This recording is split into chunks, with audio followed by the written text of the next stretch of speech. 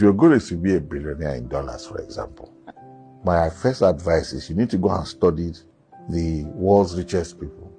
There are about 2,000 billionaires in the world that is recognized today. And you need to now study and find out what are the fields, where do they operate.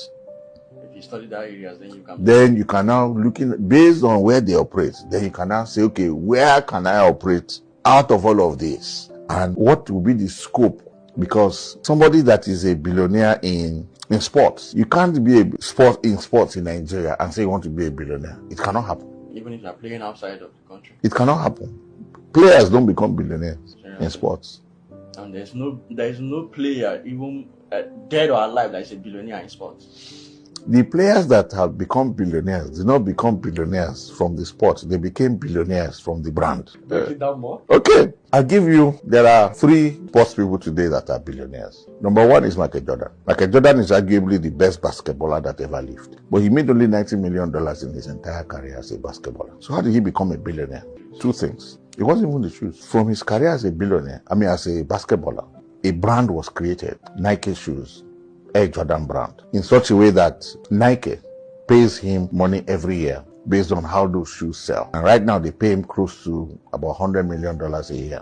But that's not even what really made him a billionaire. The greatest wealth Michael Jordan has made in his life came when he bought a basketball team. So the money he made from the brand is what he used to buy a basketball team. And the team he bought for just about under $200 million.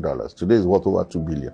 So you see that even though he's a sports person, he actually made the bulk of his wealth from being a businessman, owning a sports team. Tiger Woods, his is likely because it's a brand. He also owns a sport business. He doesn't really own sports, but he's been paid a lot of money for the last 25 to 30 years. From his sports? From adverts, from his brand. So another basketballer, he's currently still playing, even though he will soon retire. LeBron James, he too.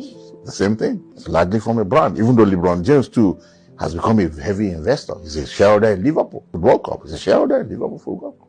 He's a shareholder in some other entities like that. So if you're a sports person in Nigeria, for example, if you don't have a global brand, you can't become a billionaire. And if you don't also leverage on that brand to have businesses that can create that kind of value,